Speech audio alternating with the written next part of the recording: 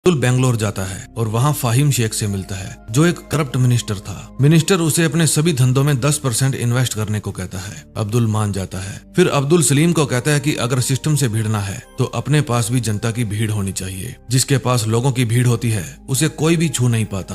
फिर अब्दुल सलीम को कहता है कि पूरे खानापुर को ले जाकर बाबा अजमेर शरीफ की दरगाह में हाजिरी लगा कर आ और फिर खानापुर की डेवलपमेंट की तरफ ध्यान दे। अब वे खानापुर में खुद का ही एक बड़ा घर ले लेते हैं। अब शौकत भाई भी इस दुनिया से चलाना कर जाते हैं। फिर जून 1998 में वे अपने ऑफिस में एक मीटिंग रखते हैं। अब्दुल को समझाया जाता है कि अगर और ज्यादा माल बेचना है तो कंपटीशन खत्म करना होगा और उनका कंपटीशन सीधा सरकार से था। अब ये सरकार को तो अपने रास्ते से हटाने से रहे। फिर अब्दुल मधुसूदन मिश्रा के पास जाता है और उसे ये सरकारी प्रेस बंद करने के लिए कहता है, यानी गवर्नमेंट ऑफ इंडिया की सबसे बड़ी प्रेस नासिक प्रेस। मधुसूदन गुस्से में कहता है, तुम्हारी बुद्धि भ्रष्ट हो गई है क्या? पूरे देश की इकोनॉमी की बैकबोन है ये प्रेस। अब्दुल कहता है, परमानेंट ना सही, मेंटेनेंस के नाम पर कुछ दिन के लिए बंद की जा सकती है। एक बार मार्केट में स्टैम्प पेपर की किल्लत हो गई तो हमारे ही स्टैम्प पेपर बिकेंगे। अब अब्दुल ने सीधा सरकार से पंगा ले लिया था और इसी के साथ 4th एपिसोड का एंड हो जाता है।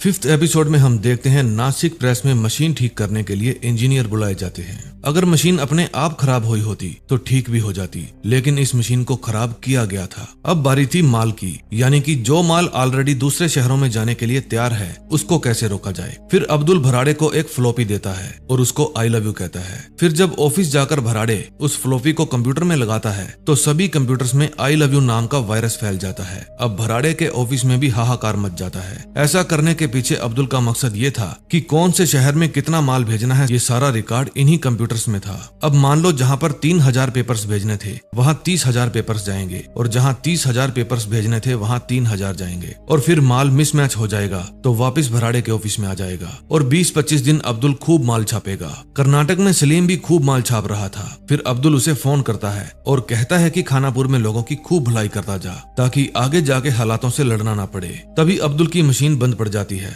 वर्कर कहता है कि अगर इस मशीन से और काम लिया गया तो पेपर की क्वालिटी खराब हो जाएगी। इसका मतलब अब टाइम आ गया था एक और मशीन बढ़ाने का। फिर अब्दुल मधुसूदन मिश्रा के पास 50 पेटी भेजता है और बदले में उनके लिए एक और मशीन का जुगाड़ हो जाता है। अब सारे मशीन मिलकर 24 घंटे पैसा छाप रहे थे, लेकिन पैसा चीज ही ऐसी है, मन में लालच आए बिना रहता नहीं है। सुलेमान लालची हो गया था, इसलिए वो अब हेरा फेरी करने लगा था। ये उसका रोज का काम हो गया था। उधर कैबिनेट सेक्रेटरिएट मुंबई में एक कमेटी बिठाई जाती है। भराड़े और मधुसूदन मिश्रा से ये जो मिसमैनेजमेंट हुई है इसका हिसाब मांगा जाता है। फिर वे उनसे 10 दिन का समय मांगते हैं ताकि सब कुछ पहले जैसे ठीक कर सके। उधर खानापुर में लोगों को खुश करने के लिए कभी स्कूल तो कभी शौचालय का उद्घाटन किया जा रहा था।